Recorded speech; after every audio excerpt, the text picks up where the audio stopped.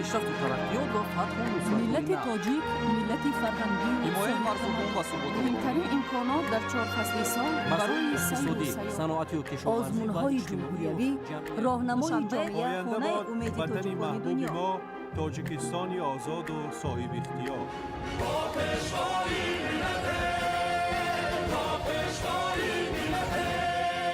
دوست باشید، اتفاق باشید، شکرانه همین دولت کنید، شکرانه همین سرزمین کنید، شکرانه کنید که چنین وطن عزیز و محبوب دارید.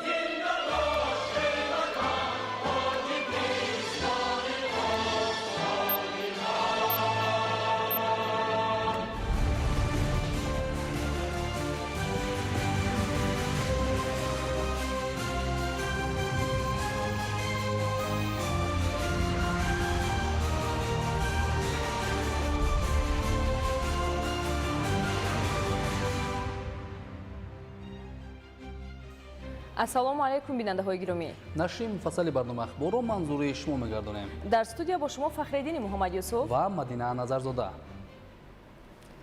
имрӯз президенти ҷумҳурии тоҷикистон пешвои миллат муҳтарам эмомалӣ раҳмон баъд аз анҷоми сафари давлатӣ дар ҷумҳурии мардумии чин ба ватан баргаштанд.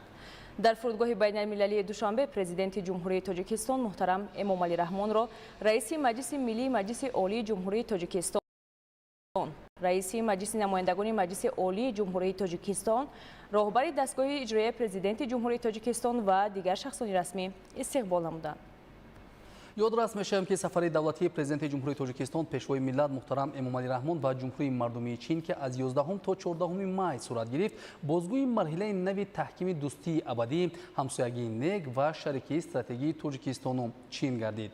имзои беш аз 80 санади муҳими ҳамкорӣ ба маблағи зиёда аз $8 миллиард ба имзо расидани аҳднома оид ба ҳамҷавории неку абадӣ, дӯстӣ ва ҳамкории миёни ҷумҳурии тоҷикистон ва ҷумҳурии мардумии чин ва қадрдонии пешвои миллат муҳтарам эмомалӣ раҳмон бо унвони профессори фахрии донишгоҳи Пекин, шаҳодати равшани эътимоди мутақобила, нуфузи байналмилалии Тоҷикистон ва дурнамои дурахшони равобити ду кишвар мебошад. муфассал дар гузориши ҳамкоронамон. 11 май президенти ҷумҳурии тоҷикистон пешвои миллат муҳтарам эмомалӣ раҳмон با سفر دولتی وارد شهر پکین جمهوری مردمی چین شدند.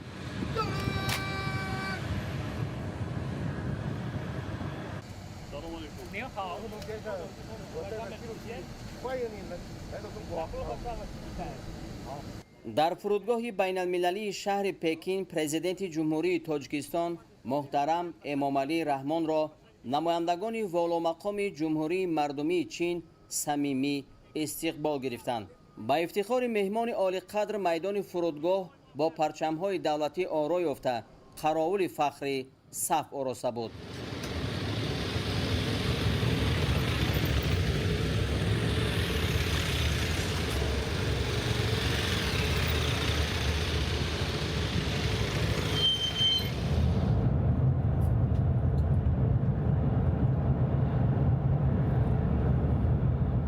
یازدهم مای پرزیدنت جمهوری تاجیکستان پیشوای ملت محترم امامعلی رحمان در شهر پکین با پرزیدنت بانک آسیایی سرمایه‌گذاری‌های اینفراساختاری خانم زائو جی ملاقات نمودند. در واخوری مسائل همکاری کنونی و دورنمای رابطه‌های سودبخش بررسی شد. سرور دولت محترم امامعلی رحمان سهم این بانک را در پیشبرد لایحه‌های مهم زیرساختاری تاجیکستان بلند ارزیابی نموده برابریت آن برای دستگیری پیوسته از روند رشد کشور ما از جمله در ساختمان نیروگاه راغون و نوسازی نیروگاه نارک عرض سپاس نمودند. ضمن صحبت توجه زیاد به گسترش همکاری در بخش‌های زیرساختاری به مثل انرژتیک، نقلیات و راهسازی، آبرسانی، تکنولوژی‌های رقمی و سبز و همچنین کشاورزی ظاهر گردید. طور ذکر شد حالا در تاجیکستان یک قطار لایحه‌های مهم زیرساختاری تطبیق می‌شوند که حجم عمومی مبلغ‌گذاری آنها از جانب بانک 400 میلیون دلار آمریکایی را تشکیل می‌دهد. در فرجام ملاقات نقشه درازمدتی سرمایه‌گذاری میان تاجیکستان و بانک آسیایی سرمایه‌گذاری‌های اینفراساختاری به امضا رسید که برای تطبیق آن جدا نمودن بیش از 800 میلیون دلار آمریکایی از این بانک پیش بینی شده است.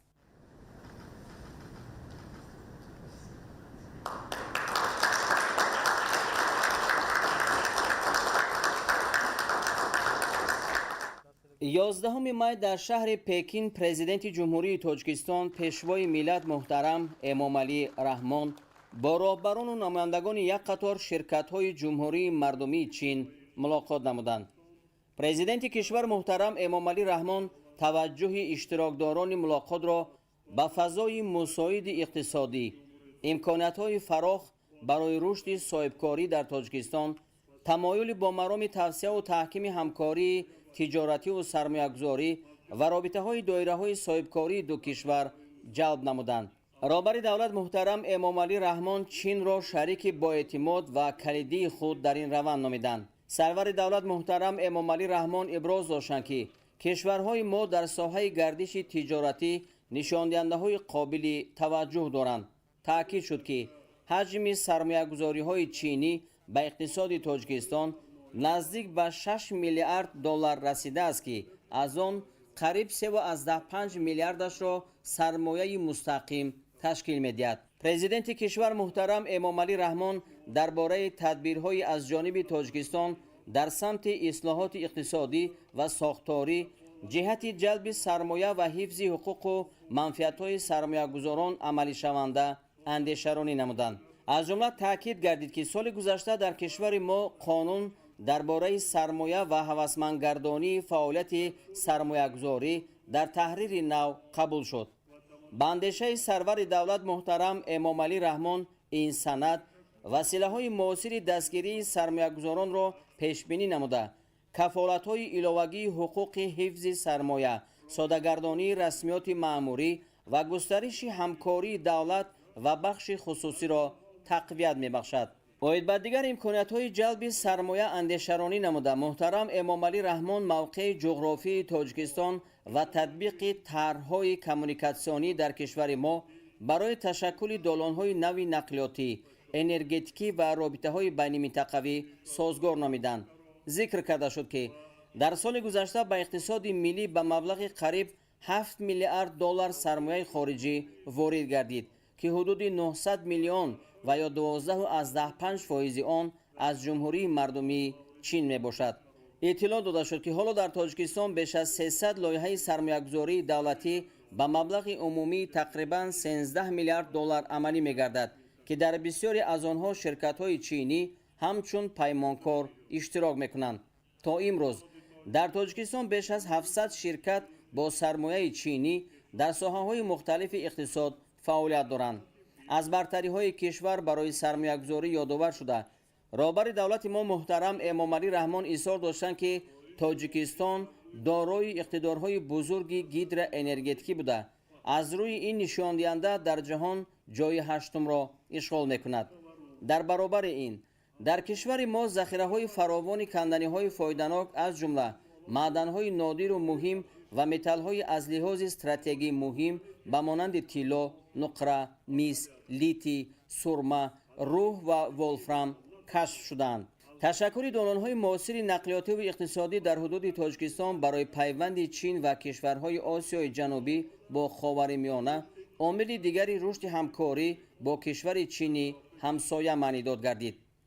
محترم امامعلی رحمان توجه شرکت‌های چینی را به رشد اقتصادی سبز، استفاده ثمرناک ذخیره‌های طبیعی و تکنولوژی‌های معاصر در تاجیکستان جلب نمودند. در ساحه صنعت امکانات‌های وسیع کشور برای تأسیس کارخانه‌های مشترک در ساحه‌های استخراج و کارکرد معدن، متالورژی، صنعت کیمیا و داروسازی، همچنین صنعت سبک معرفی گردید. تشکیل زنجیره‌های پررأی ارزش اضافه شده و رشد کارکرد عمیق اشیاء خام در داخل کشور همچون یکی از هدف‌های استراتژی تاجیکستان نامیده شد. در کمپلکس اگروصنعتی از جمله استحصال و صادرات محصولات از جهت اکولوژی تازه سمت مهمی رشد همکاری با تاجیکستان عنوان کرده شد. ضمن سخنرانی محترم امامعلی رحمان توجه شرکت‌های چینی را به ضرورت و اهمیت تأسیس مرکزهای لوجستیکی و کارخانه‌های کارکردی محصولات کشاورزی برای صادرات جلب نمودند. محترم امامعلی رحمان همچنین اوید به مسئله های وابسته به رقم کنونی، رشد ذهنی صنعی، فعالیت 5 منطقه آزاد اقتصادی که برای رشد موفقانه صاحبکاری و تجارت شرایط و امکانات‌های وسیع و مساعد پیشنهاد می‌کنند اندیشرانی نمودند. امکانات‌های رشد ساحه سیاحی از جمله طبیعت بی‌نظیر، عالم نباتات و حیوانات، یادگاری‌های تاریخی، شهرهای باستانی برای سیاحی اکولوژی، کوهنوردی، سالمگردانی و فرهنگی نیز تاکید گردیدند. در فراورد سخن پرزیدنت جمهوری تاجیکستان محترم امامعلی رحمان بعد معرفی فضای مساعد اقتصادی و امکانات‌های فراخ تاجیکستان، شرکت‌های چینی را به همکاری فعال و وارد شدن به اقتصاد رو به رشد و توسعه کشور ما دعوت نمودند. بعد سخنرانی پرزیدنت جمهوری تاجیکستان محترم امامعلی رحمان در ملاقات با شرکت‌های چینی، وزیر تجارت جمهوری مردمی چین وان ونتائو، رئیس کمیته مساعدت بر رشد سودای بین المللی چین رن خانبین و راهبران و نمایندگان یک قطار کارخانه و شرکت‌های عظیم چین که دارای نفوذ جهانی میباشند سخن گفته اندیشه‌ها و پیشنهادهای سودمند به میان گذاشتند. از روی نتیجه های این ملاقات و گفت و شنیدهای میان شرکت‌های تاجیکستان و چین، بیش از 50 سند همکاری که جلب بیش از 8 میلیارد دلار آمریکایی را به تاجیکستان در نظر دارند به امضا رسید. قسمتی از این سازشنامه‌ها از جمله در دایره فورم تکنولوژی‌های اطلاعاتی با عنوان رابطه‌های صاحبکاری رقمی تاجیکستان و چین به موافقه رسید.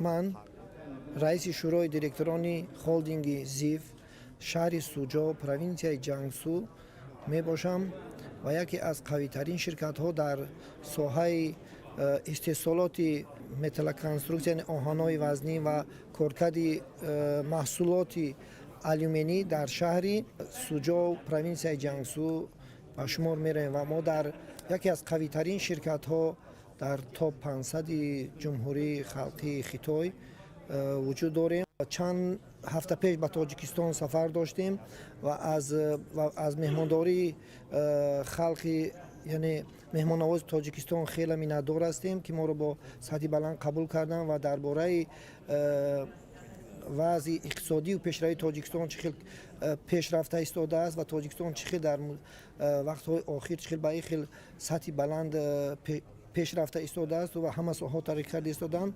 ما در آینده و حاضر بسیار نقشه های زیاد داریم. ما هم امروز در عرصه سفر پیشوای معظم ملت یعنی رهبر دولت پرزیدنت جمهوری تاجیکستان که به جمهوری خلقی چین سفر دارند، با کمیته سرمایه‌گذاری و اموال دولتی جمهوری تاجیکستان ممورندوم امضا کردیم که ما در وقت‌های نزدیک باید به ساختمان زواد متل کنسترکسیون و کارکرد محصولات‌های آلومینی به مقدار تا یعنی که در سه اتاپ ساخته می شود بر مقدار قریب 80 میلیون دلار آمریکایی ما آغاز می نماییم و ما در آینده برای پیشروی و اقتصاد تاجیکستان سهم خودمان را خواهیم گذاشت. Основатели, руководители бизнес-консалтинговой компании Huahai International, также инициаторы и основатели экономического альянса «Шелкового пути». В общем, в первой половине дня мы уже подписали соглашение с Таджикинвестом по сотрудничеству. Фактически мы с этой организацией, также с ТББ, с другими организациями уже много лет работаем. Наше направление – это инвестиционное сопровождение, торговый консалтинг, помогаем продвигать межрегиональное сотрудничество. Мы проводим выставочные деятельности, между прочим, в истории мы проводили в Таджикистане тоже масштабную выставку китайских товаров. Мы ежегодно отправляем много делегаций в Таджикистан. И Но в будущем мы будем еще проводить еще форум, выставку, деловые поездки. Ну и конкретно по инвестиционным проектам, по торговому сотрудничеству, по региональному сотрудничеству. Мы всегда держим тесные контакты с вашим посольством в Пекине. Обсудили много актуальных, хороших вопросов. Да, я только что уже говорил, да, мы уже подписались с Таджикистаном соглашение о сотрудничестве. Но здесь и главное это инвестиционное сопровождение. Ну, в первую очередь, конечно, привлечение инвестиций из Китая. То есть не только привлечение, а также и профессиональное сопровождение, чтобы они могут более цивилизованно, безопасно выходить на наш рынок. Ну и другие направления, торговые направления, как я говорил, межрегиональное сотрудничество тоже помогаем. Компания TBA уже с 2005 года уже начали свою деятельность в Таджикистане, и своими складами осветили развитие Таджикистана. Мы получили большую поддержку со стороны правительства. И, при случае визита уважаемого президента в Китае, и это дает нам большую уверенность для дальнейшего расширения инвестиций в Таджикистане именно. Мы будем под руководством уважаемого президента и поддержку правительства Таджикистана. Мы еще будем расширять наши работы в Таджикистане именно и устроить побольше рабочих мест и, соответственно, повышать уровень экономики Таджикистана и сделать достойный вклад в развитие экономики Таджикистана. Я думаю, что в этот раз в этом случае при встрече обеих лидеров государства будет дает плодотворный результат, и в разные отрасли будем укреплять связи и бизнес между двух государств. Наша компания TBA будет еще активно в разные отрасли будем активно инвестировать и работать, и сделать свои инвестиции, в том числе и энергетические отрасли, и промышленные отрасли. Я представитель совета директоров компании Watcher Capital. Сегодня утром мы совместно с Министерством энергетики Таджикистана подписали соглашение о сотрудничестве. Наша компания намерена инвестировать в Таджикистан в строительство ветряных электростанций мощностью 2 гигаватт. Общий объем инвестиций составит около $1,5 миллиарда. В настоящее время мы ведем предварительные работы по строительству подстанции на 500 киловатт и линии электропередач протяженностью 400 километров. Объем инвестиций в данный проект составляет около $560 миллионов. Работа уже активно ведутся. Первый инвестиционный проект солнечной электростанции мощностью 2 гигаватт. Мы планируем завершить подписание всех документов уже в этом году, после чего приступим к строительству. Полное подключение к единой энергосети. После ввода эксплуатации ежегодно будет вырабатываться 5 миллионов киловатт-часов электроэнергии.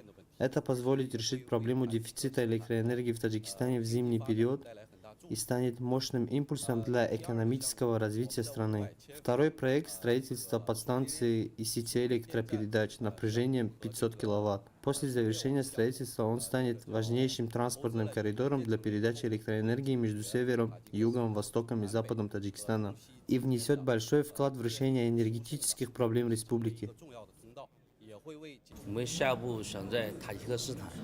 Я представитель компании Shandong Tianhong Technology. На следующем этапе мы планируем построить в Таджикистане производство тяжелых грузовиков и прицепов.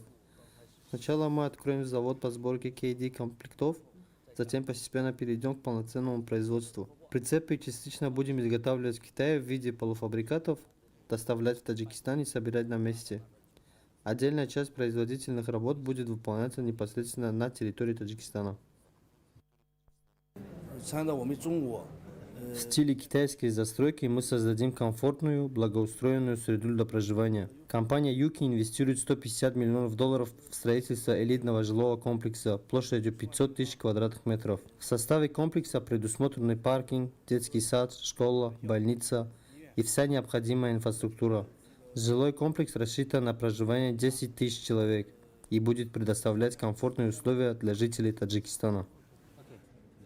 11 май президенти ҷумҳурии тоҷикистон пешвои миллат муҳтарам эмомалӣ раҳмон дар доираи сафари давлатӣ ба ҷумҳурии мардумии чин раиси шӯрои директорони Cities Group Corporation Limited Си Гохуаро ба ҳузур пазируфтанд.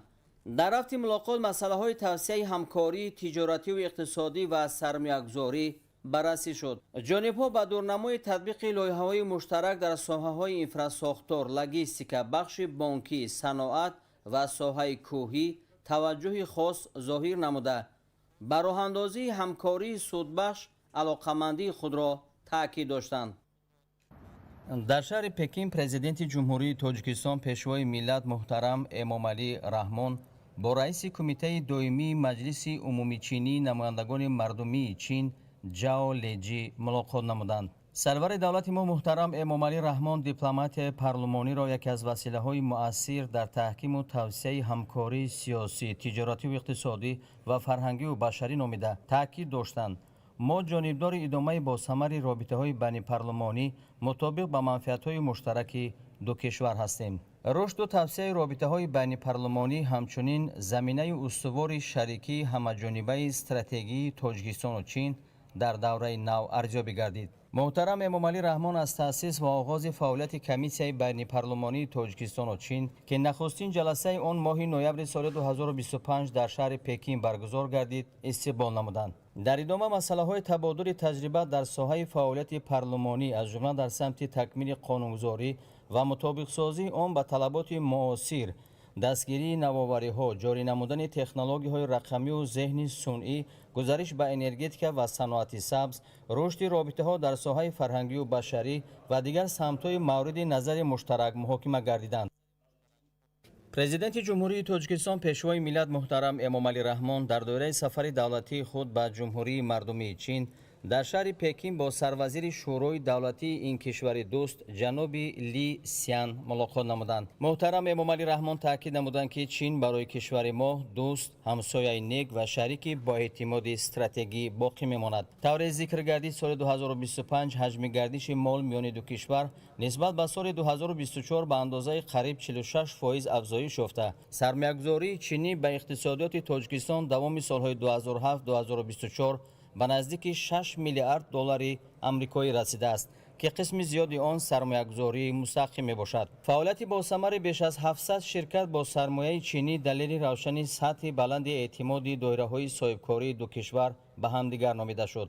гуфта шуд ки сармоягузории Чин дар бахшҳои гуногуни саноат аз ҷумла саноати кӯҳӣ, ҳамчунин дар соҳаҳои энергетика, нақлиёт, сохтмон ва кишоварзӣ рӯ ба афзоиш дорад. таъкид гардид ки Тоҷикистон ба ҷалби сармояи чинӣ барои татбиқи тарҳу барномаҳои рақамикунонӣ ва ҷорӣ намудани зеҳни сунъӣ, технологияҳои муосир ва рушди иқтисод, энергетика ва саноати сабз низ манфиатдор аст. гуфтугӯи судманд доир ба идомаи татбиқи лоиҳаҳои бузурги Тоҷикистон дар бахшҳои воқеии иқтисоди миллӣ ба мисли энергетика, роҳсозӣ, саноат, кишоварзӣ ва роҳҳои афзун намудани содироти маҳсулоти кишоварзӣ ва агросаноатии Тоҷикистон ба бозорҳои Чин, таъсиси парки инноватсионии илмию техникии кишоварзии ду кишвар дар Тоҷикистон ҳамчунин дигар мавзӯъҳои мавриди таваҷҷӯҳи муштарак доир гардид. 12 май дар доираи сафари давлатӣ дар ҷумҳурии мардумии Чин президенти ҷумҳурии Тоҷикистон пешвои миллат муҳтарам Эмомалӣ Раҳмон бо нишони эҳтиром ба таъриху тамаддун ва фарҳанги ғанию бостонии мардуми кишвари ба мо дӯсту ҳамсояи Чин дар шаҳри Пекин дар назди маҷмӯаи муҷассамаи қаҳрамонҳои миллӣ гулчанбар гузошта хотираи шаҳидонро пос доштанд. дар маросими гулчанбаргузорӣ президенти ҷумҳурии Тоҷикистон муҳтарам Эмомалӣ Раҳмонро намояндагони воломақоми ҳукумати ҷумҳурии мардумии Чин ҳамроҳӣ карданд.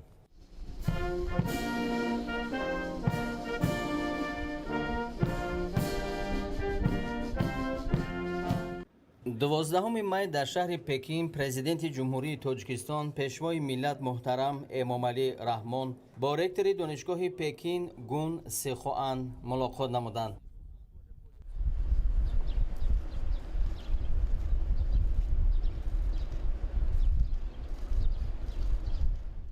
جانب‌ها بر رابطه‌ها در ساحه علم و معارف از جمله همکاری میان مؤسسه‌های تحصیلات عالی توجه مخصوص ظاهر نمودند. تاکید گردید که حالا نزدیک 6000 دانشجو از تاجیکستان در مؤسسه‌های تعلیمی چین با تحصیل فرا گرفته شدند.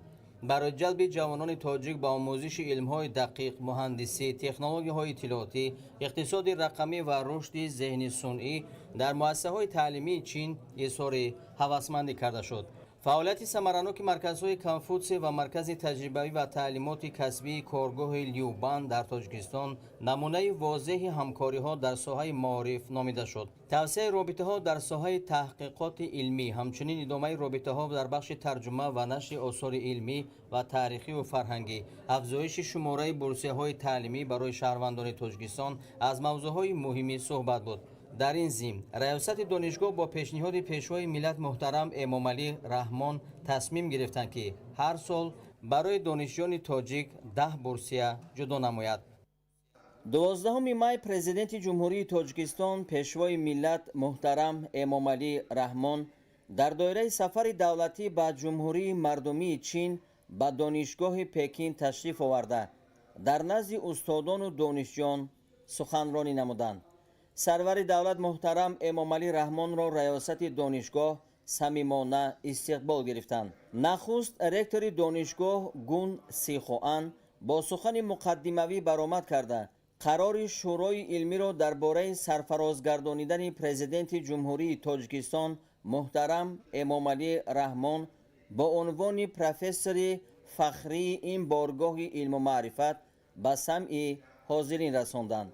با قرار شورای علمی و تعلیمی دانشگاه پکین برای سهم ارزنده در تحکیم مناسبت‌های دوستی و همکاری تاجیکستان و چین، رشد و گسترش رابطه‌های علمی، گومانیتری و فرهنگی و بخصوص تشبس‌های گلوبالی در ساحه آب و اقلیم در وضعیت تنتنوی بر رهبر دولت ما محترم امامعلی رحمان شهادتنامه پروفسور فخری و لوحه برنجی عنوان علمی سپرده شد.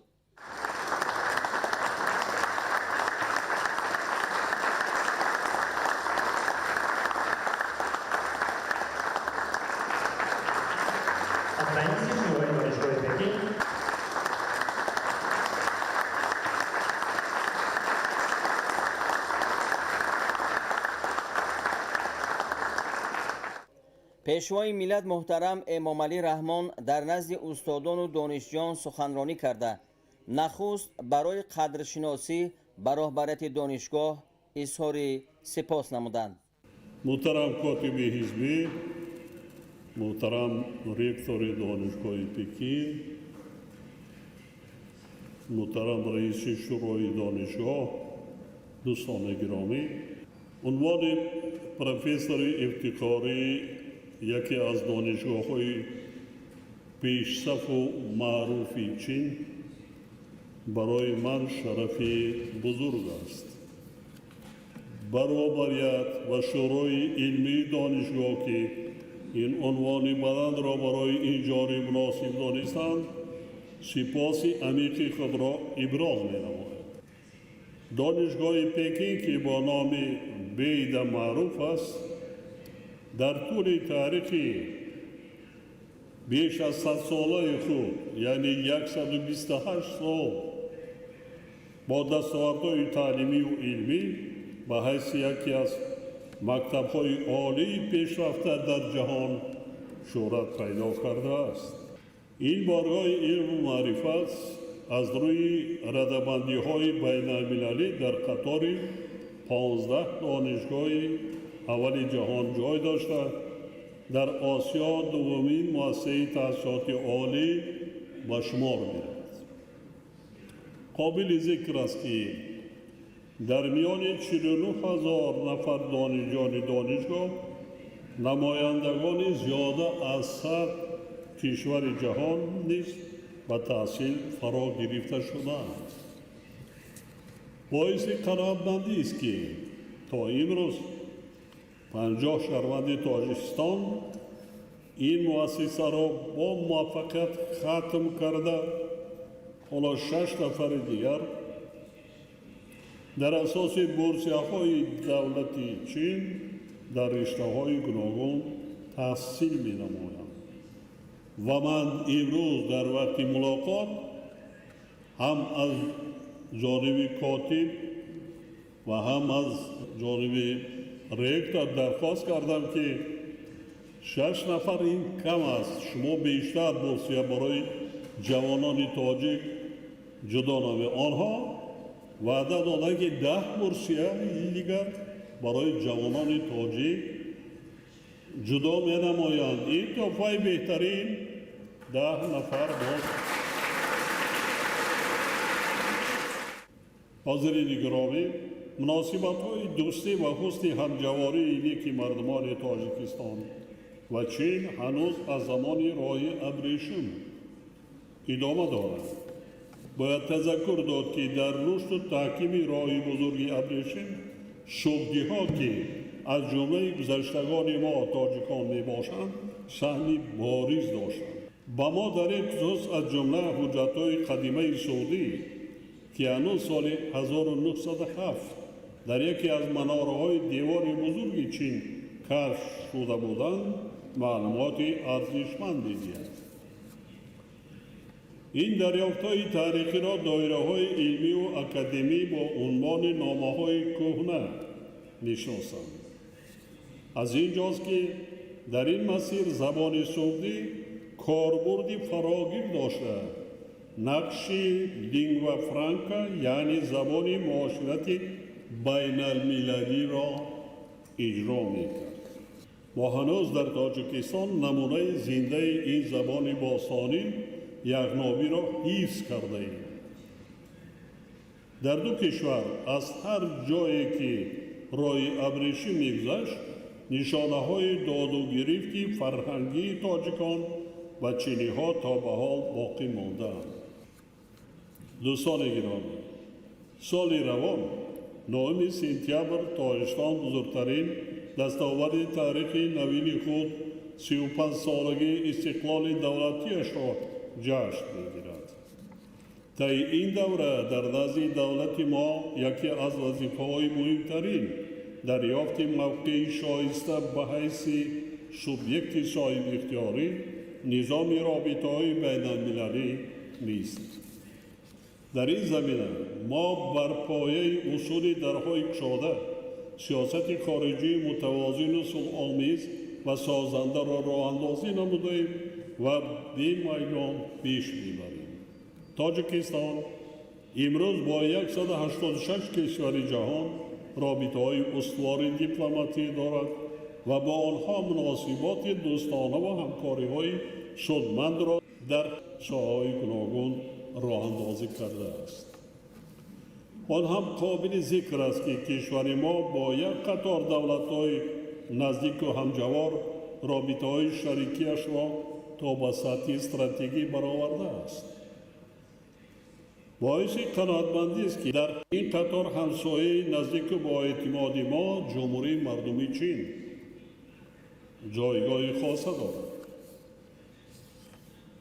نگاه به تاریخ معاصر مناسبات دو کشور از آن درنگ می‌دهد که رابطه‌های تاجیکستان و چین از ابتدا مسیر رشد استوار را طی نموده امروز در سطح شریکی همه‌جانبه استراتژی قرار دارند.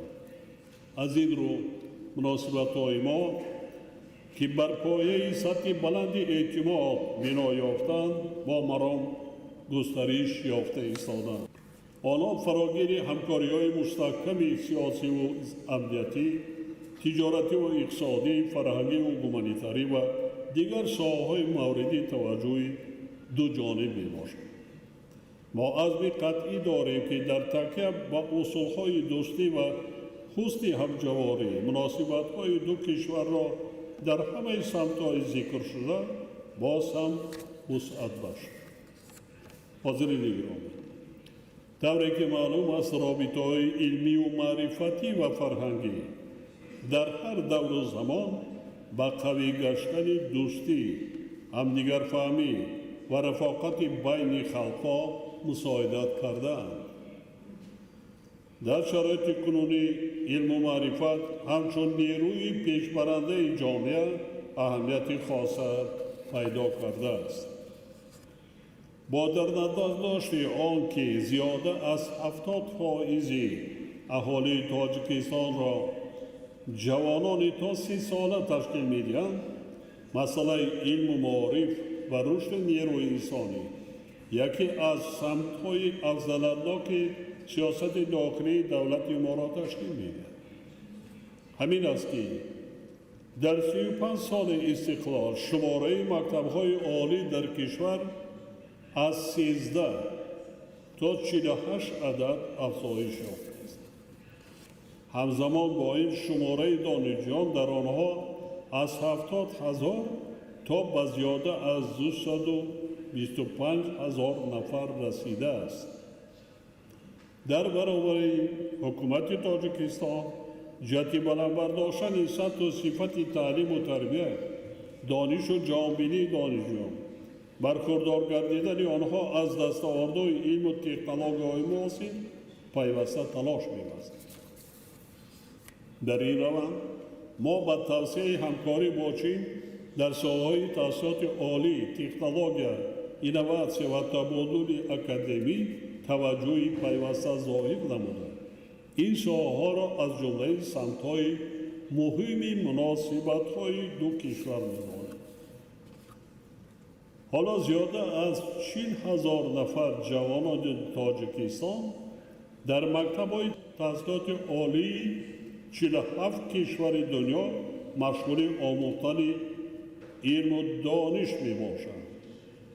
ҳар сол ба ҳисоби миёна давлат ба хориҷи кишвар ба донишгоҳу донишкадаҳои бонуфузи дунё беш аз 5000 ҷавонони болоявоқадро барои илмомӯзӣ равона мекунад.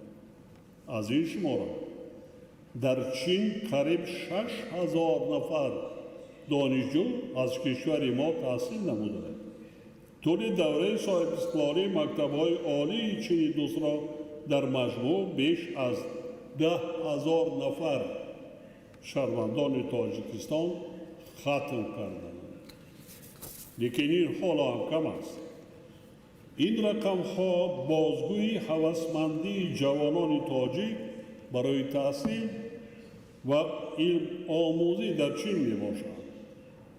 дар ин миён ҷавонони тоҷик бештар ба омӯзиши илмҳои дақиқ, муҳандисӣ, технологияҳои иттилоотӣ, иқтисодии рақамӣ ва низами сунъӣ таваҷҷӯҳ зоҳир менамоянд. ҳамчунин дар тоҷикистон ба омӯзиши забону фарҳанги чин таваҷҷӯҳ дода мешавад.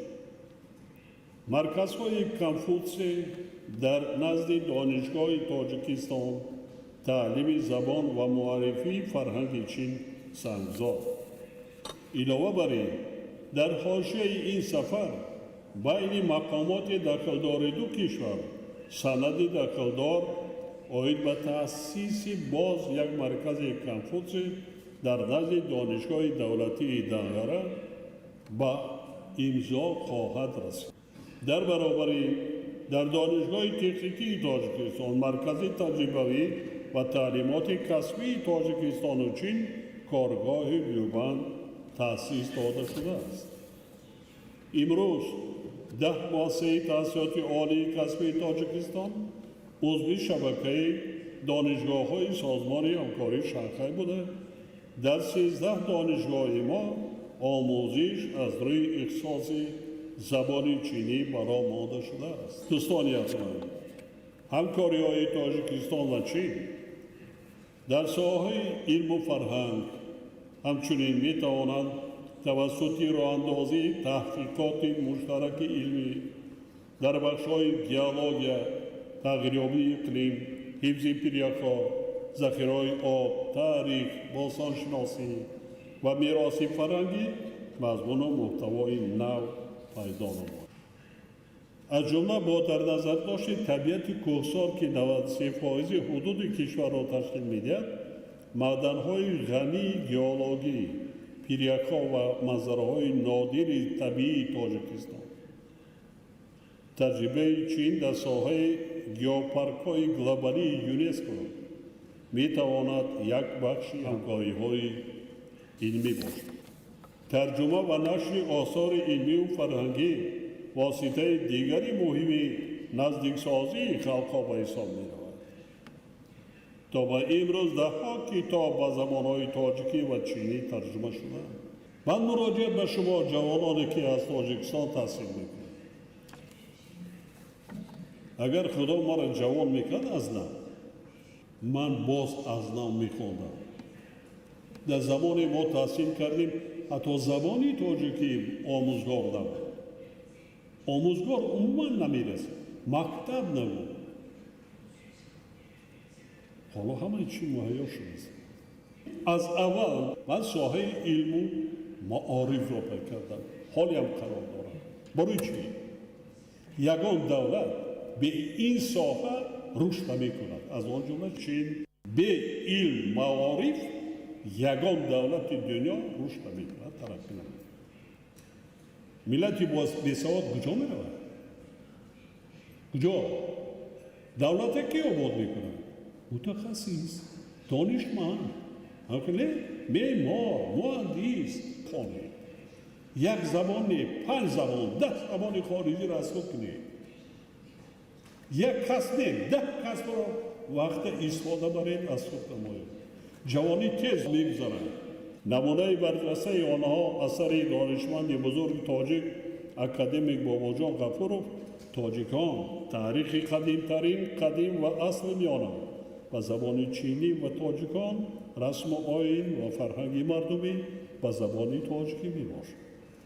آموزش سرچشمه‌های باستانی چینی آیین به تاریخ تاجیکان سمت دیگری همکاری‌های مفید عالمان دو کشور به شمار می‌آید. چنین اقدامات علمی امکان می‌دهد که ما یکدیگر را باز هم بهتر شناسیم و پیوندهای دیرینه معنوی و ذهنی مردمانمان را با مضمون و محتوای مناسب غنی گردانیم. باور داریم که گسترش همکاری‌ها در ساحه‌های علم و معارف و فرهنگ برای تربیت نسل نو متخصصان رقابت پذیر در شرایط معاصر پایه‌های استوار فراهم می‌سازد. در خاتمه سخن خود بار دیگر با هیئت دانشگاه پکین برای حسن توجه برای 10 کوتا علاوگی جدا کردگی و به پذیرایی گرم ابراز سپاس صمیمی می‌نمایم و همه شما حاضرین گرامی صحتمندی کامل و کامیابی‌های نوین به مردم دوست چین صلح و ثبات، شکوفایی و پیشرفت پایدار آرزومند هستم. از توجهتان سپاسگزارم.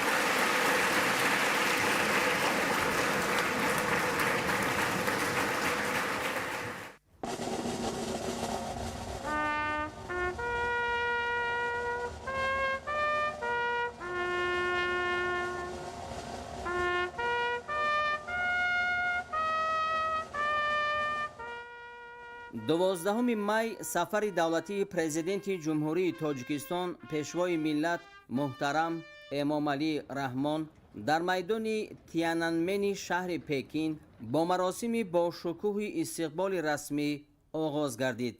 مهمان عالی قدر سرور دولت تاجیکستان محترم امام علی رحمان را رئیس جمهوری مردمی چین سی جینپینگ صمیمانه پیشواز گرفته به بالای شاهصفه فخری دعوت نمودند.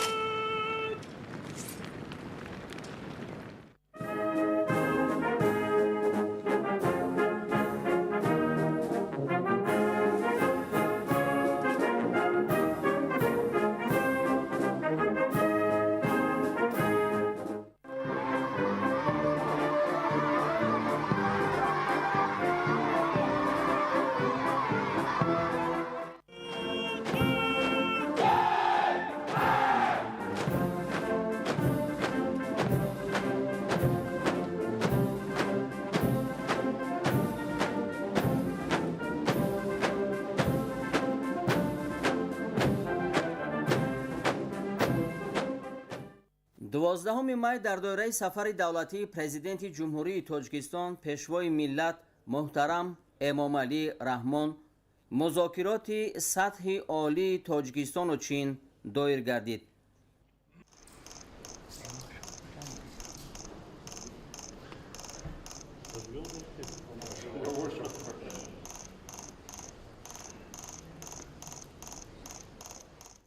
رهبر دولت ما محترم امام علی رحمان و رئیس جمهوری مردمی چین محترم سی جین پین ضمن مذاکرات در قالب وسیع با اشتراک هیئت‌های رسمی جانب‌ها و در قالب محدود که در فضای همدیگر فهمی پرره و اعتماد عمیق دایر گردیدند، دایره وسیع مسائل همکاری دو کشور را در قالب‌های دو جانبه و بسیار جانبه بررسی نمودند.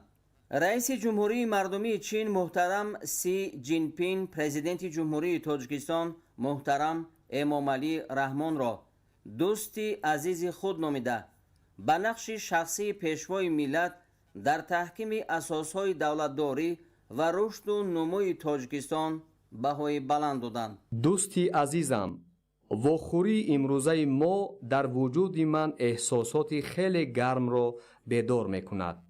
این سال 35مین سالگرد استقلالیت تاجیکستان جشن گرفته می شود.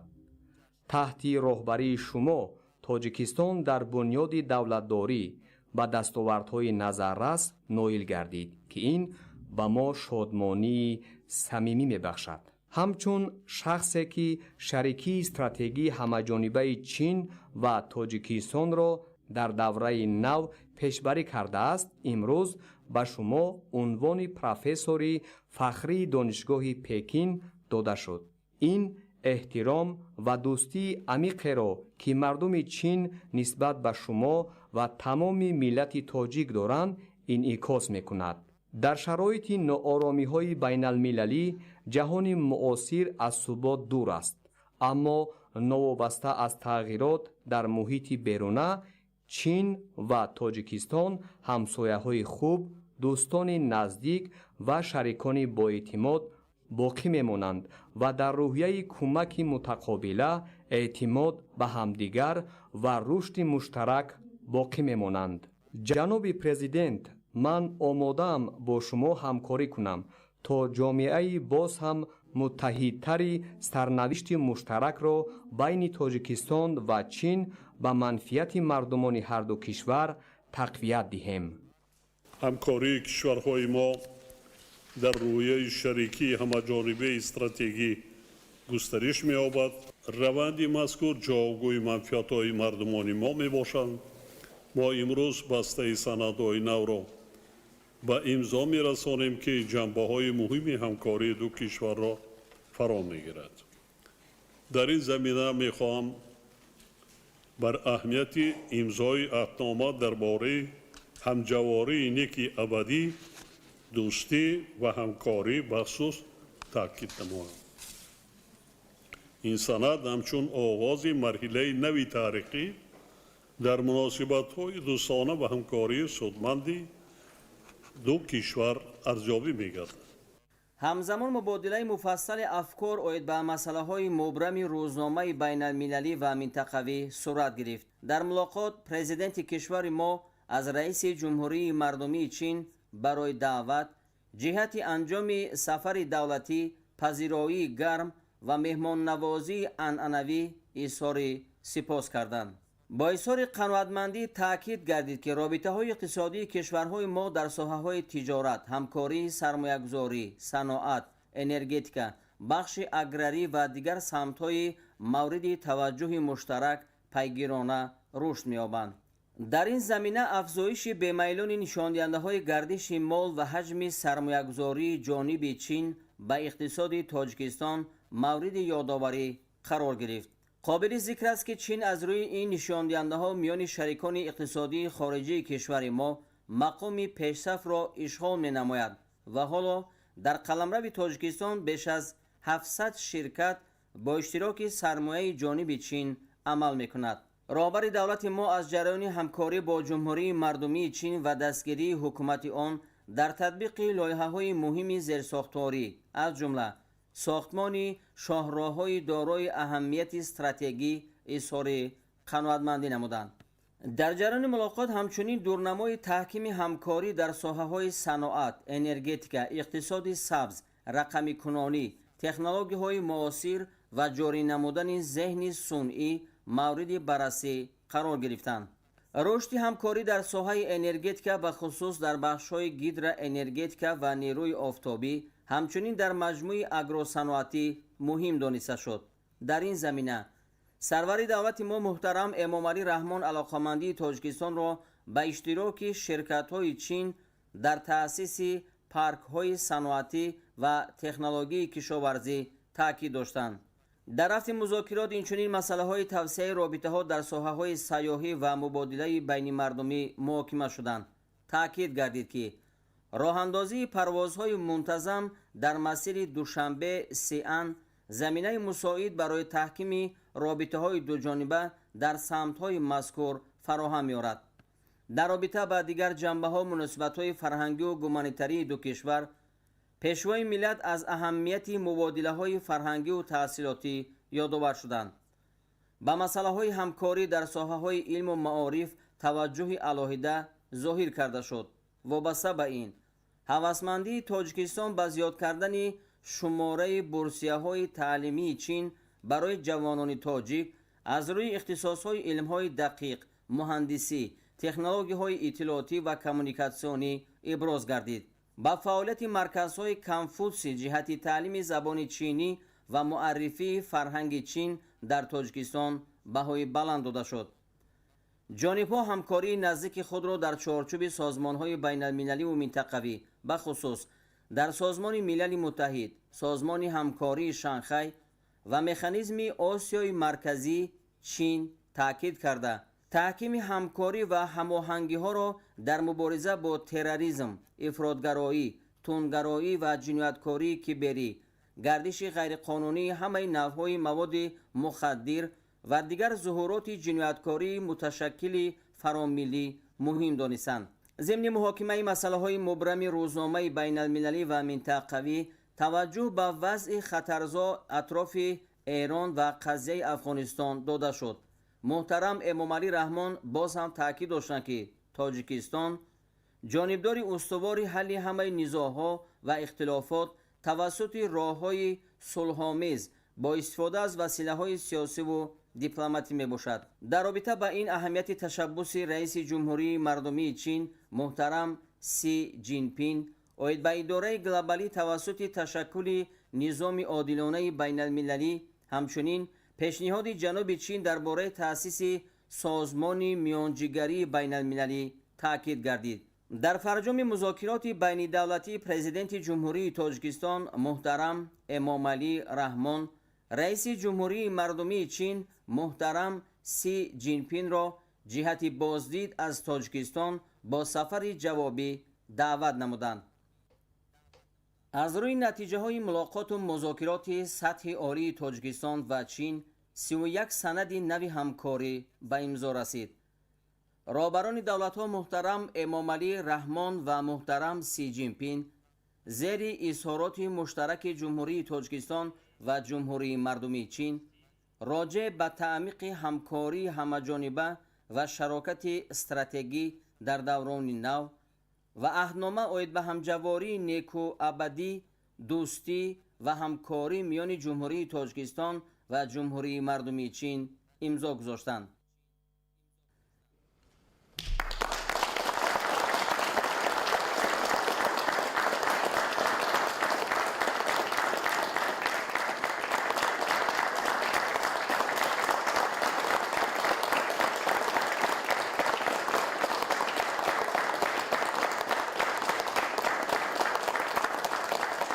سندهای دیگر امضا شده اینهایند: پروتکل درباره همکاری میان وزارت کارهای خارجی جمهوری تاجیکستان و جمهوری مردمی چین برای سالهای 2027-2028 و یادداشت تفاهم اید به همکاری میان حزب خلقی دموکراتی تاجیکستان و حزب کمونیستی چین برای سالهای 2026-2028. یادداشت تفاهم اید به تأسیس مرکز مشترک همکاری در تطبیق ذهن صنعی چین تاجیکستان و نامه‌های تبادلی میان حکومت جمهوری تاجیکستان و حکومت جمهوری مردمی چین اید به لایحه رسانیدن کمک تکنیکی. یادداشت تفاهم اید به گسترش همکاری علمی و اینواسیونی تکنولوژی در ساحه ذهن صنعی و یادداشت تفاهم درباره تحکیم همکاری در اساس اعتماد رقمی در ساحه تجارت. نقشه چاره‌بینی‌ها اید به همکاری در ساحه معدن‌های سبز برای سالهای 2026-2028 و یادداشت تفاهم اید به همکاری در ساحه اداره‌کنی مالیه دولتی. یادداشت تفاهم اید به همکاری در ساحه صادرات و یادداشت تفاهم اید به تطبیق مشترک نقشه همکاری در ساحه رشد ذخیره‌های انسانی برای سالهای 2026. نامه‌های تبادلی میان حکومت جمهوری تاجیکستان و حکومت جمهوری مردمی چین اید به لایحه گذرانیدن اساسناک‌کنی تکنیکی و اقتصادی، تجدید انفراستراکچور گذرگاه سرحدی کلمه و خریطه‌های راه اید به همکاری علمی و تکنیکی در ساحه مترولوژی برای سالهای 2026-2031 و سازشنامه درباره تأسیس شورای کاری. در رفت سفر دولتی پرزیدنت کشور محترم امامعلی رحمان به جمهوری مردمی چین همچنین 15 سند دیگر همکاری در ساحه‌های اجرا، تبادل بشردوستانه، ساختمان، صادرات و واردات گوشت پرنده، صادرات میوه‌های تر و تازه به چین، اطلاعات، معارف و فرهنگ به امضا رسید. 16 می پرزیدنت جمهوری تاجیکستان پیشوای ملت محترم امامعلی رحمان در دایره سفر دولتی به جمهوری مردمی چین به شهر چانگچین تشریف آوردند.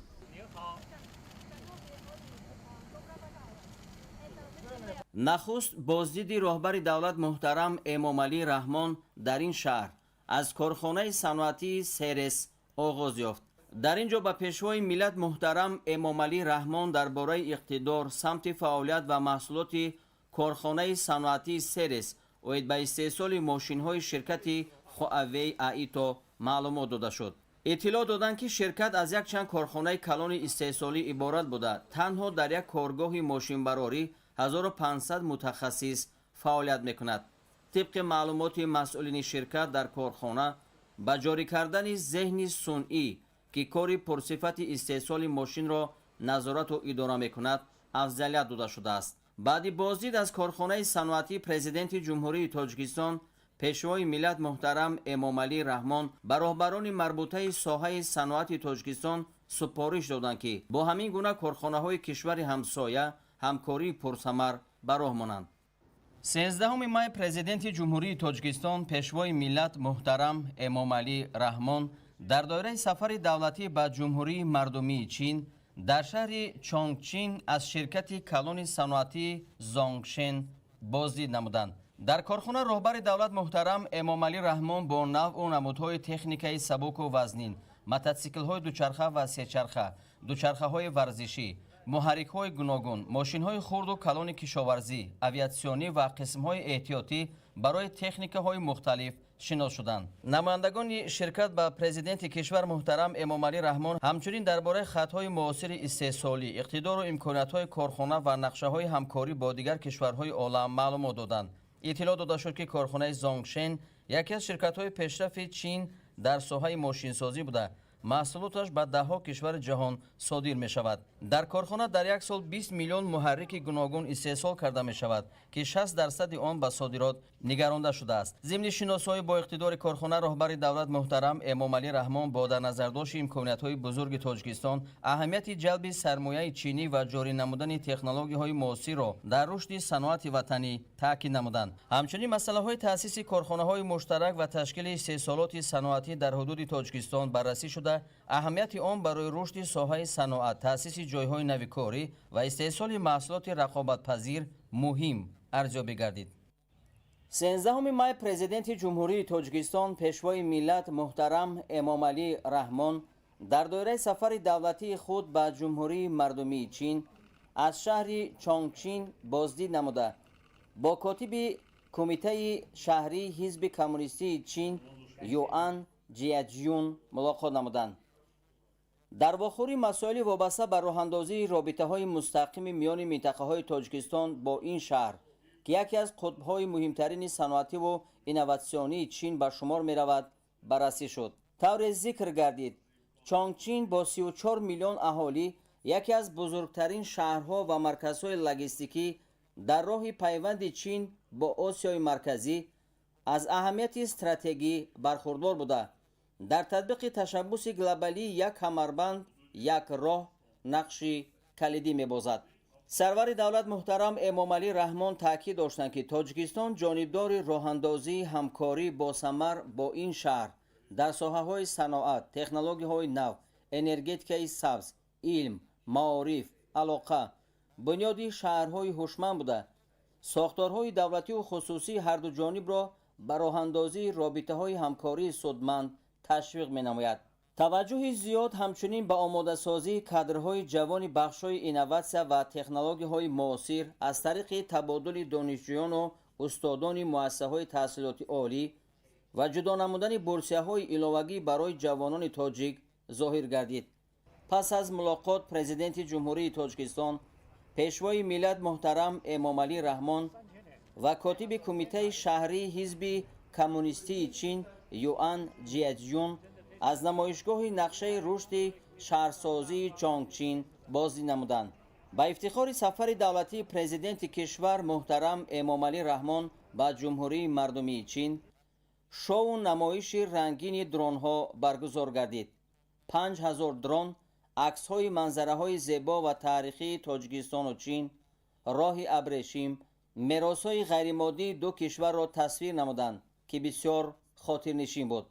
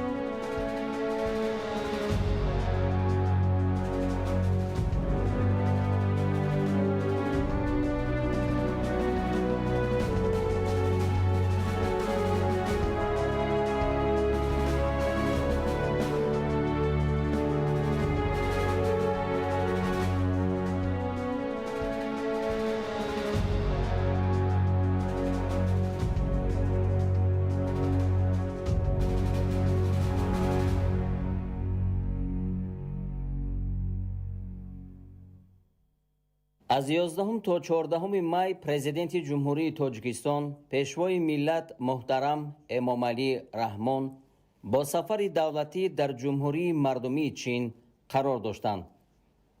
رهبر دولت محترم امامعلی رحمان در دوره این سفر در شهرهای پکین و چونگچین баробарияти олии кишвари ҳамсоя як гурӯҳ намояндагони воломақоми чин мулоқот карда вазъи феълӣ ва дурнамои ҳамкории Тоҷикистону Чинро муҳокима намуданд.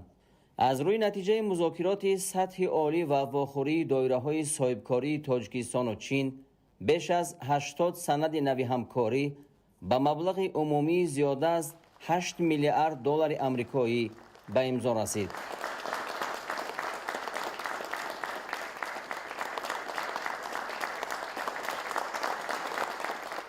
ройдодҳои муҳими сафари давлатӣ имзои санадҳои муҳим, аҳднома оид ба ҳамҷавории неку абадӣ, дӯстӣ ва ҳамкорӣ миёни Ҷумҳурии Тоҷикистон ва Ҷумҳурии Мардумии Чин, изҳороти муштараки Ҷумҳурии Тоҷикистон ва Ҷумҳурии Мардумии Чин роҷеъ ба таъмиқи ҳамкории ҳамаҷониба ва шарокати стратегӣ ва аз тарафи Шӯрои илмии донишгоҳи Пекин бо унвони профессори фахрӣ сарфарозгардонидани роҳбари давлат муҳтарам Эмомалӣ Раҳмон мебошад.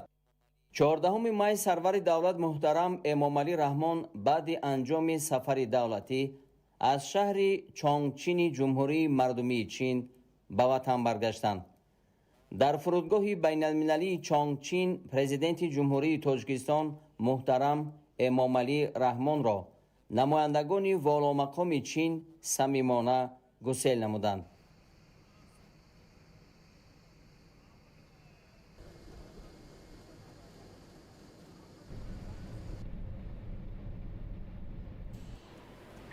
бинандаҳои гиромӣ, این بود نشر مفصل برنامه اطلاعاتی اخبار. تنسیت و خانه آباد باشید.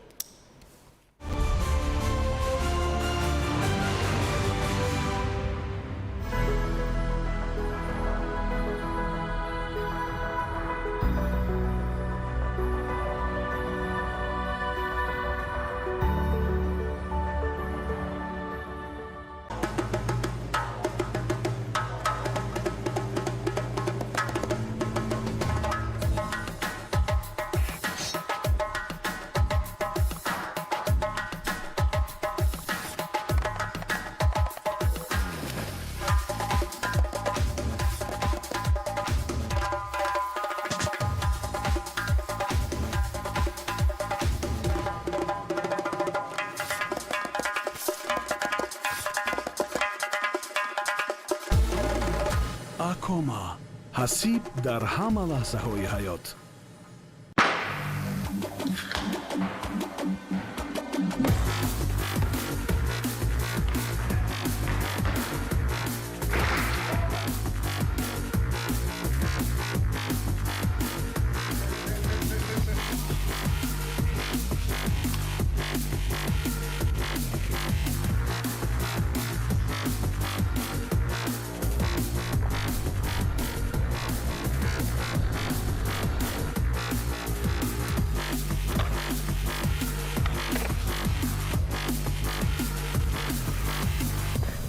Energy Drink – манбаи нейрои шумо.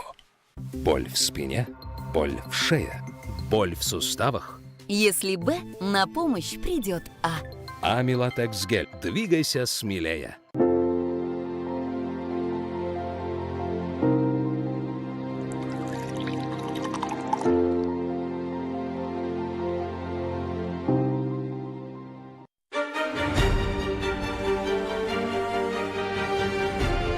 Президент Таджикистана отправился